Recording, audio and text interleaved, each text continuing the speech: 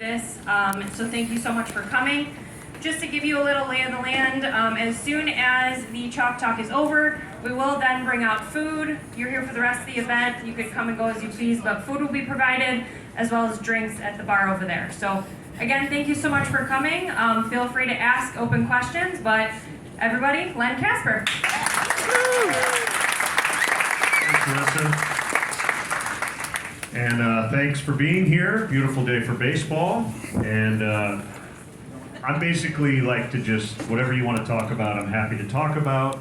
I will say this, and I've already been asked off the air, what more moves are we going to make? Who's getting traded? Who are we acquiring? I have no idea. They will tell me after the moves are made if we make more. So if you ask, I'm going to have to, probably repeat that line. But it's been a crazy week.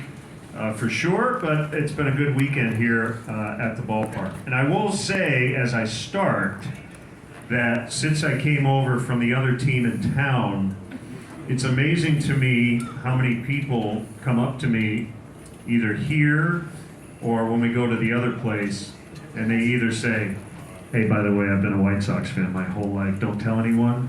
Or, I actually am a Cubs fan, but don't tell anyone. Or, the best one is, I actually root for both teams, don't tell anyone. Which is amazing that nobody can admit that they actually root for both teams. So, anyway. Any questions to start? Don't be shy. Yes? I used to love, so you talk about both sides of the city. Every Monday, you and Lynn Bramer, occasionally Billy Corgan, complaining about the Cubs. I used to love listening to Lynn. Every Monday, I miss him dearly, but kudos. Oh, thank you. So she mentioned Lynn Bramer. We lost Lynn, obviously, and I think about him a lot. I have a funny Lynn story. So I would be on WXRT at 8:30 on Mondays and Fridays. And it must have been a Friday because it was a 1:20 first pitch. And it was always kind of in a weird time. I would either do the interview at home or maybe in my car sitting at the coffee shop or whatever. But I didn't want to be doing the interview while I was driving. For whatever reason, I had to leave early that day. And it was about 8:25 and I thought, okay, I'm gonna go park at Starbucks or whatever and do the interview. Well, for whatever reason, they called me early. And I didn't have my Bluetooth in or whatever, so I just picked up the phone while I was driving, and I was like 2 blocks from parking. And just as I pick up the phone, there's a police car right there. I go, here we go, oh man. So I'm like, hey, yeah, I'll go in the air, yeah. So then I pull over, and the police car pulls up, and it's Len and Lynn, your best friends in the world, and let's talk Cubs baseball. So I pull over, and I'm thinking, I have 2 choices to make here, and I'm going, I'm gonna take a chance. So the police officer walks up and I go. So I'm thinking, okay, this will be 3-4 minutes or whatever. Well, that day, because we were on early, Lynn had a lot that he wanted to talk about. So every time it was like the last question, he's like, so let's talk about the shortstop and blah, blah, and I'm like, oh my God. So it was like an 11-minute interview. So I hang up the phone and I'm like, just give me the ticket. I'm so sorry, whatever. And he goes, we on with Lynn Bramer? And I said, yeah. Oh, God, I listen to you guys all the time, or whatever. Yeah, don't worry about it. You're good. And he let me go. But I literally just give me the ticket. I was on my phone. I never do it. So that was my fun Lynn story. And I told him that. I called him after the show, and he thought it was awesome. And I was thinking about on the air saying, hey, by the way, Lynn, I just got pulled over by a police officer, making it a bit, but I didn't want, because he was listening. He was kind of getting into it. I didn't want him to get aggravated knowing that he had pulled me over during the radio interview. So a little behind the scenes for you. Yes?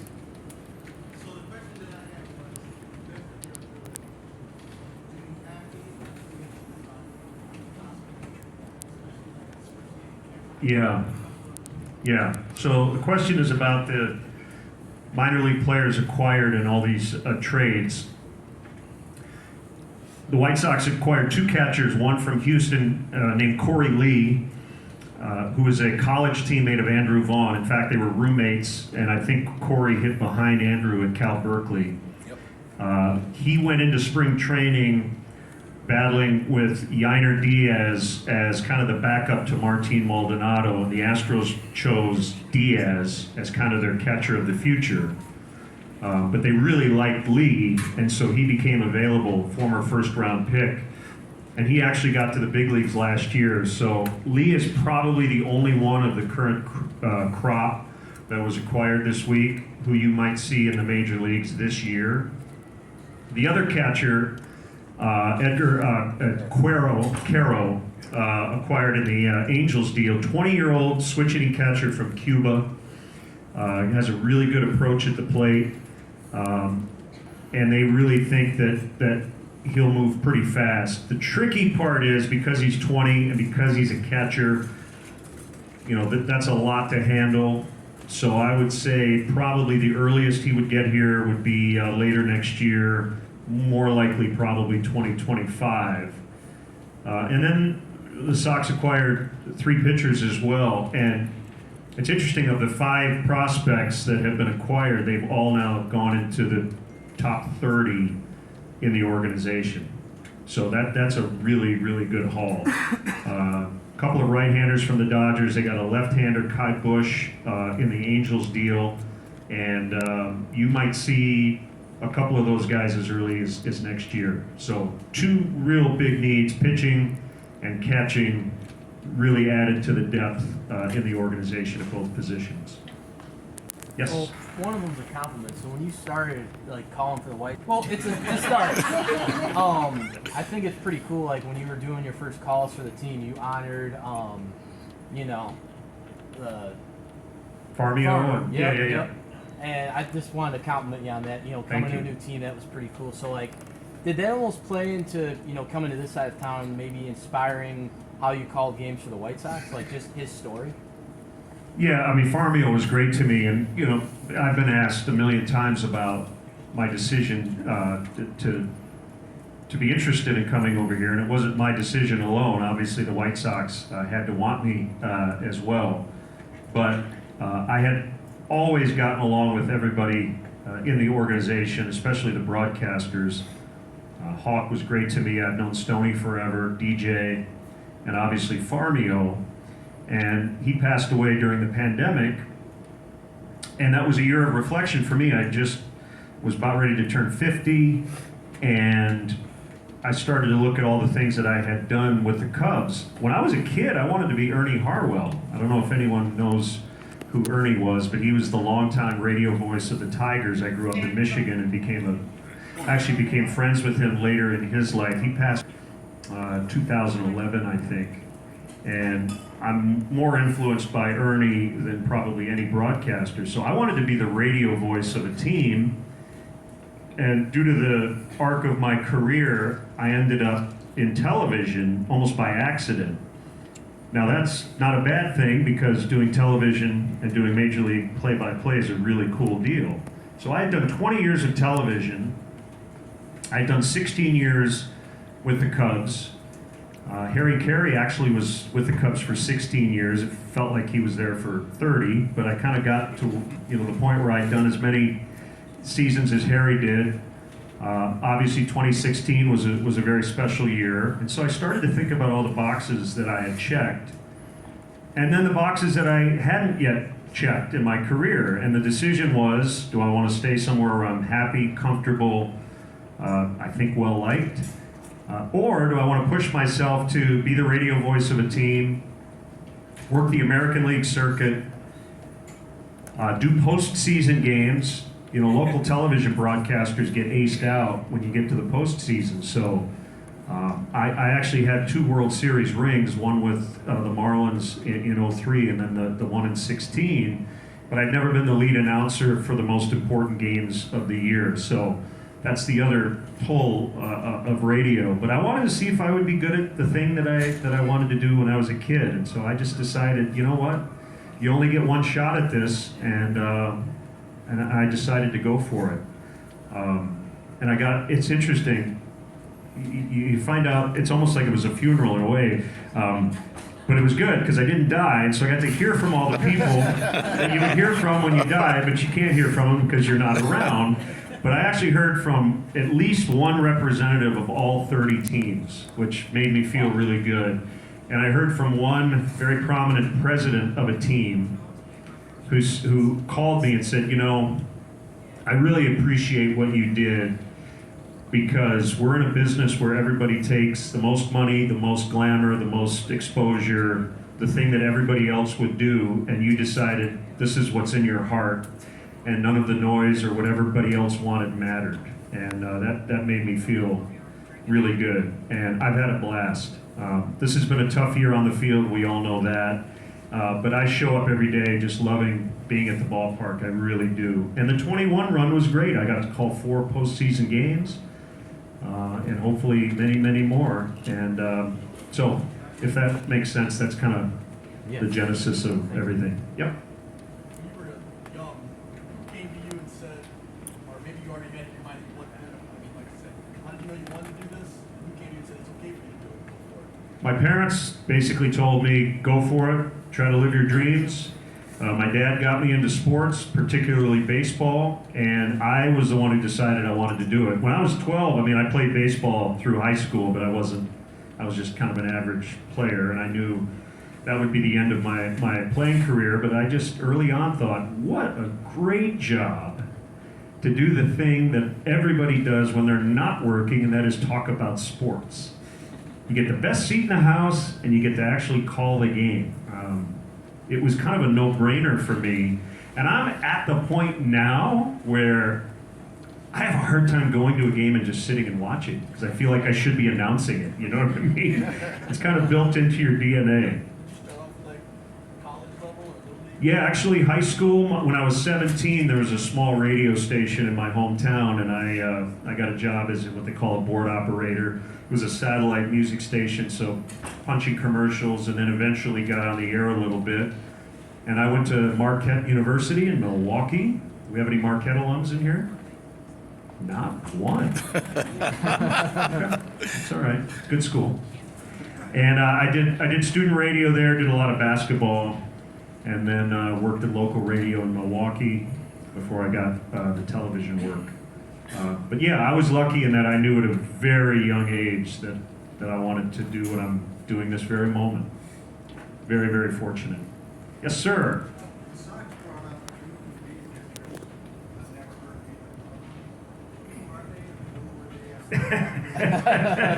of either. I assume you're referring to Declan Cronin and Edgar Navarro. Yes. That sounds right. Okay. I haven't seen much of either as well, but Cronin was a 36th round pick, so it's a really feel-good story, and his slider is really good, I'm told. I haven't seen him pitch, obviously, yet here, but he'll get an opportunity. And Navarro is from Venezuela, and he's a classic sinker slider right-hander, so kind of a ground ball pitcher.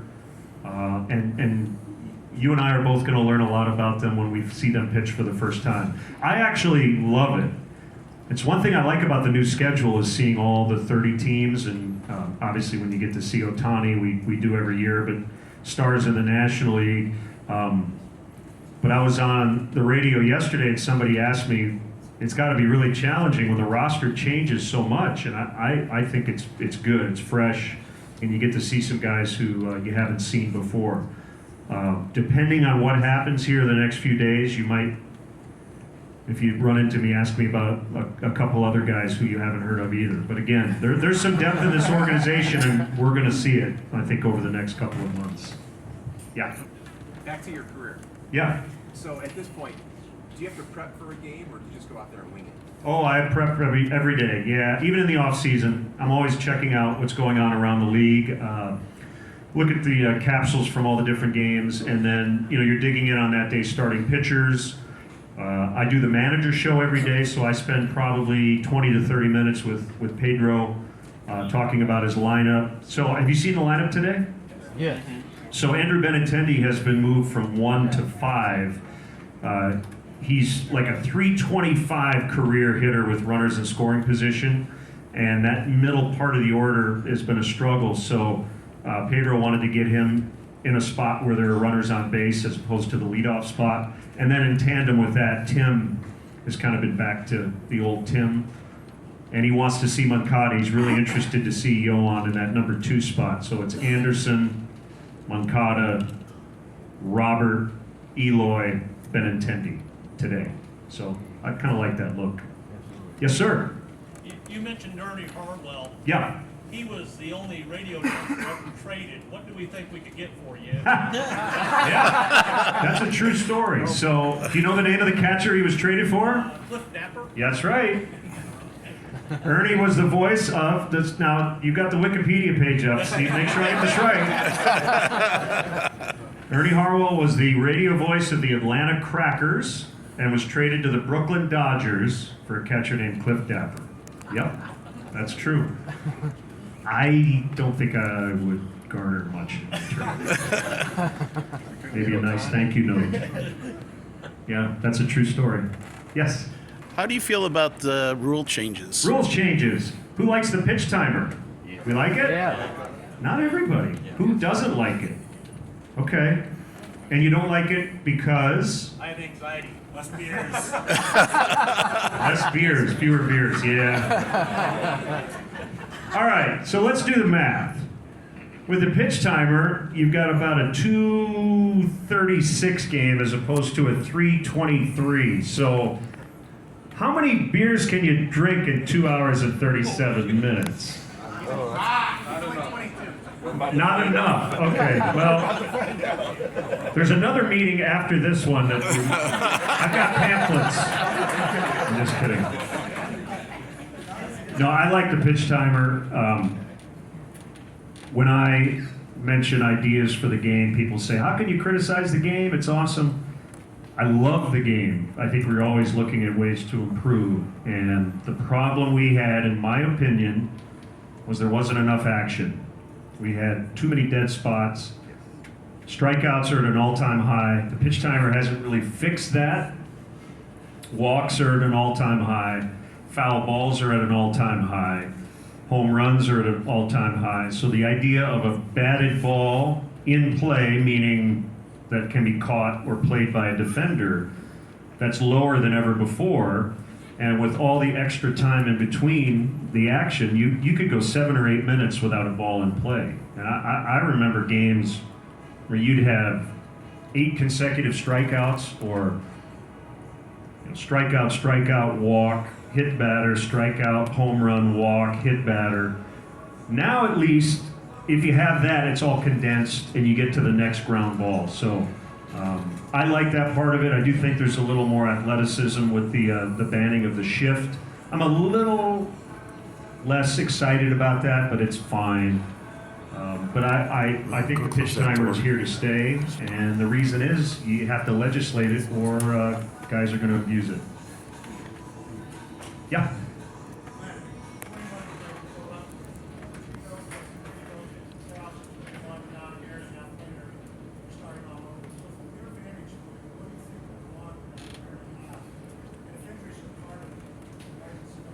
Yeah, I mean, I can't and won't speak for the front office here, but injuries come off as an excuse, but not having your full complement has been a problem, and I don't think this team is starting over. Obviously, it's a reset of sorts, but I think they believe that they're going to compete next year. This year. Well, 2 things. I think offensively, if you look at 21, especially in the first half, the White Sox basically were in the top 3 in walk rate. They hit a ton of home runs. They were one of the better offensive teams in the league. The last 2 years, the walk rate has gone way down to the point where it's at the bottom of the league. So they just haven't gotten on base enough. Now, last year, they didn't hit enough home runs. You know who led the team in home runs last year? You know what the number was? Vaughn, how many did he hit? 17. 17 home runs. Led the team last year. This team was built to mash. Now this year you've got Robert and Berger, who will both probably hit 35 to 40. But that was the problem last year offensively. And then this year, On the pitching staff, you had health in the rotation, but and again, this is bigger than baseball. It's life and death. But the Liam thing really hurt. He's one of the top 3 closers, if not number 1 in baseball when he's fully healthy. And what it did is it put everybody else in a more critical role. And I think if you had to run it back again and Liam were healthy on opening day, I'm not saying this would be a 500 team, but I think the bullpen would have been better early in the season. I thought Moncada had his best game of the year last night. Tim looks like his legs are fully healthy. Robert has been tremendous all year. Eloy's been really good. Got to keep those guys on the field. I think that's going to be the number 1 key, next year for sure. Yep. So what I've noticed is that they haven't been able to gel. I mean, every year it's almost the same thing. Like, look at how much power we got. Look at these extra hitters. I mean, and then all of a sudden we start playing in the season, and either 2 of the guys of our whole lineup are gelling at once. Yeah. Or the other 2 are they stop and the other 2 start Yep. going, but it's never. So what are some of the things that we need to do to get them? I mean, to Great question. I wouldn't be the broadcaster, I'd be the manager if I knew the answer. But you're right. There have been times where it just hasn't looked right, and it's frustrating. And believe me, it's frustrating internally too. There's no question. But I do think that Pedro has talked publicly about the culture that he wants to implement. I think Zach Remillard coming here was really good. He's versatile. He's fast. I guess that's probably where I would go, is I think because of the rules changes and the way the game has changed, I think the goal is to get a little more athletic, to try to make things happen by stealing bases, and maybe less reliant on the 3-run homer and sitting around waiting for that next big swing. So I think that's the hope. Couple more. Yes? What's your day-to-day life? Like, you go My day-to-day? Yeah, but you know what I mean? Like you Yeah. come to the ballpark. So let's do a 7 o'clock game just because most games are at night. 7 o'clock, so I get up and have coffee. I'm an hour doing just general research on baseball and that night's opponent. Then I try to be a normal person, maybe go get a workout, whatever. And then I leave for the ballpark probably around 2 o'clock, try to get here around 3. It's funny, when I was with the Cubs, I had lived in Miami for a while, and I had some friends in South Florida. The first year we went back there, my buddy texted me and said, "Hey, I see you guys are playing tonight. You want to have dinner?" And I said, "Well, we have a 7 o'clock game." He goes, yeah, but no, we'll just grab dinner at like 5:30. I'm like, "Well, I have a game tonight." He goes, yeah, but you don't have to work till 7, right? I'm like, "I'll probably be there around 3. 3? All you do is talk. What do you do at 3? I'm like, "Well, there's actually a lot of work behind the scenes." So I try to get to the ballpark about 3.5 to 4 hours before the game. And a lot of it is just clubhouse time, saying hi to the guys, talking to the manager, and then we all fill out our scorecard, which probably takes about an hour. And you got to leave yourself a buffer of about an hour as well, because you invariably have people you just want to chat with, or if there's a lineup change at the last minute, you don't want to be scrambling. So it's a full day, but I'm at the ballpark, right? There's nothing better than that. Yes. What do you think Santos is? He makes me, I get some everybody. Gregory Santos? Yeah. Yeah. I shouldn't say this, I'm going to hear a college race because I think he's a good chance now. Yeah, Santos is. He's our future stopper. Yeah. I didn't really him, but I'm just saying. Yeah. No, he's going to be the 9th inning guy for now, for sure. And I think the goal is when Liam's back, Santos becomes your floating, like, top of the order, 8th inning, middle of the inning guy, get out of it, and your backup closer. He's been probably the highlight of the year, honestly. Robert and Santos. Like him, but I think because we have those other guys on the team who get a chance to be in it. Yep. Be in the game. Yep, great point. That's so good. He's been great. All right, one more awesome question here. Yes. Yes. So you said you don't perceive us as Sox as maybe a rebuild, what trend Yeah, everybody wants to call it something.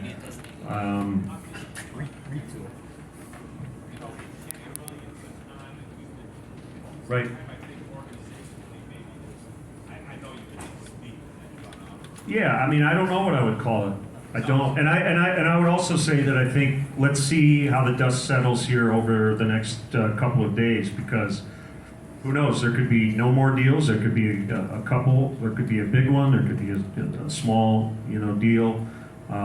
So I don't know how to. I just know that, based on everybody I talked to and the vibe in there, they want to be competitive. They want to be back to where they were to start this year in terms of feeling good about being able to win a division. That's the hard thing too, is that, right now the division's at 500, right? Cleveland's under 500 and they're game and a half out. So, if that 10-game losing streak in April had been 3-7, and you could just kind of limit some of that, you still would find your way in it. My prediction for today's game is that it will be played without delay. And I see a lot of hungry faces. And nobody can eat till I stop jabbering. So I'm done. But thank you so much for indulging me. And go White Sox.